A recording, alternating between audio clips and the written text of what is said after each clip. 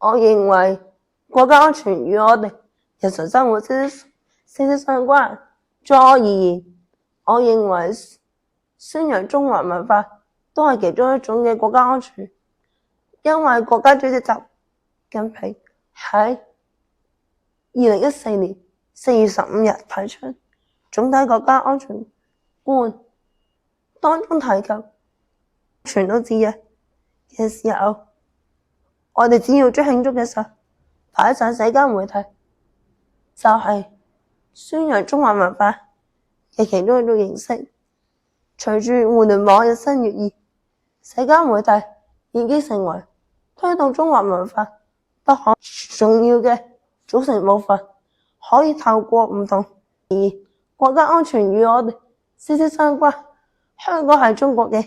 一部分，我哋都有責任維護國家安全。